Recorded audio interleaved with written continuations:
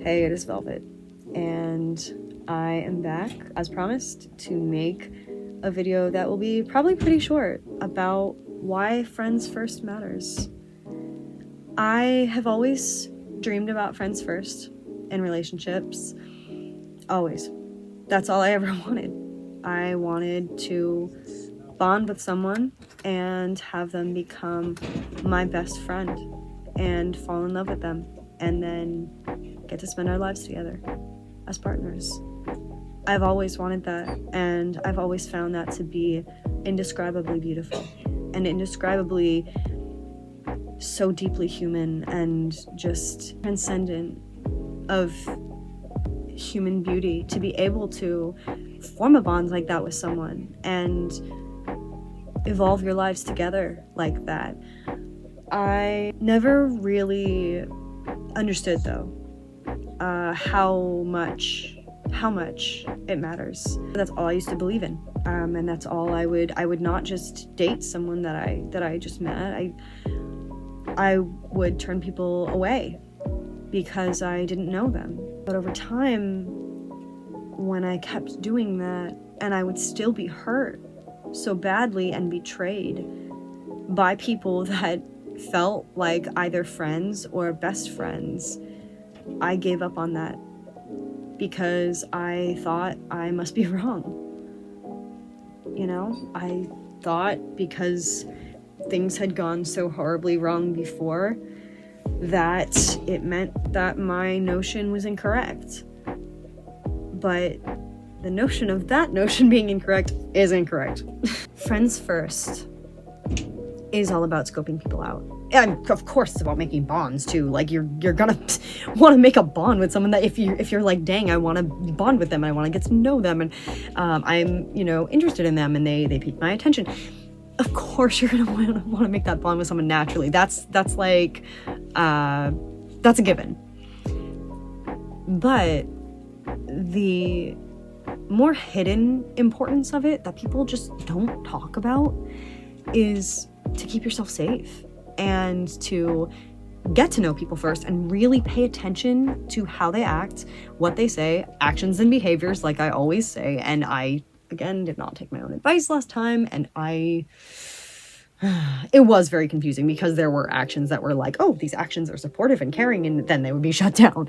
So it was just very muddled. But by paying attention to how someone acts in a friendship and how they treat others and really getting to know them and what they stand for and their morals and values over the course of time, that actually keeps you safe from situations like I was just in, where I figured, well, I'll get to know this person while I'm dating them, and I will simply just not make mistakes. That was a horrible assumption to make. I made all the mistakes. But in taking the time beforehand, you're not going to get coerced into doing things sexually or otherwise that you don't want to do. You're not going to be put into situations like that. And you're going to be able to really make sure, like, is this someone that I admire and value and am inspired by? Is this someone that I'm gonna want to spend my life with? Is this someone that I feel proud of? And I thought that I don't even know what I was thinking. I somehow made this judgment call on M, who was my most recent ex. I will be referring to him as M, and the ex before him as C. M, I met him like twice and made this judgment call that he was someone to be proud of because what he'd shown me, easily a masquerade. Like, I can't believe I didn't learn that from C. But with C, we were friends for 2 years in work, only friends in work, so I didn't know him outside of work. And I wasn't really listening to the things that he was saying and paying attention to the horrible behaviors he was exhibiting. This was before I was aware of stuff like that. So I missed all the red flags. I just was like, oh, please. Now I know. Pay attention to how people act and treat other people. Take it seriously. In terms of M, I just assumed that he was showing me who he really was. He was showing me the truth, because that's what I do. But you can't assume that everyone acts the same way that you do. And that's such a fallacy that we all fall into so easily. And that I have learned and learned and learned again. And for some reason, up to this point, but no longer, up to this point, I've just had to continually keep learning that lesson, because I just keep falling into the mindset of, well, clearly everyone's just gonna show who they are up front, because a lot of the terrible people that I was encountering before this were showing themselves up front. So I started to kind of fall back into that mindset, but that mindset is so dangerous. It's so dangerous, because you give people your trust before they've earned it. You do not have to earn love. Love is built and fostered. But trust, you do have to earn. Don't trust someone until they prove to you that they're worthy of being trusted. And rule of thumb that I, again, have been proven to time and time again that I've failed to listen to. After around like that 2 or 3 month period, usually 3, like give it like 3 months, people will not be able to hold their mask up anymore. If you're around them a lot for that much time, like, I'm not talking like hanging out every once in a while or whatever. This thing keeps sitting weirdly. I'm just not, this is, sorry.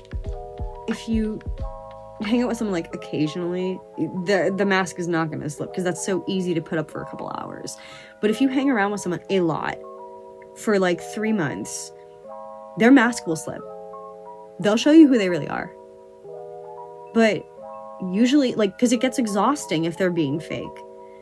But they're gonna hold that mask up as long as they can, until they get frustrated, burnt out, tired, and then they'll show you who they really are. And when they do, it can be terrifying, but that's your signal to leave. And it's okay to learn that. And the safe way to learn that is through a friendship. Because if they can't be a good friend, why would they be a good partner? Always pay attention, because I do stand by this. There are always red flags. Always. But it's a matter of being able to recognize them and not dismiss them. And it's a matter of you having enough self-esteem and self-love on a conscious level, and always being careful and not trampling your boundaries, not, you know, falling into your own insecurities and living them out. You need to try to step back and not be so fully invested in a person that you make excuses for them. And that's the thing. I know it's so easy to fall into that, because you want the best from people. You want people to be good people. And that's what I fall into. And like I said, it's a mix of that and just assuming people are like me and think like me, but they don't. Everyone is different, and everyone thinks differently. Everyone's been through different experiences, and everyone has turned out differently. And a lot of people have bad intentions. A lot of people have good intentions, but a lot of people have bad intentions.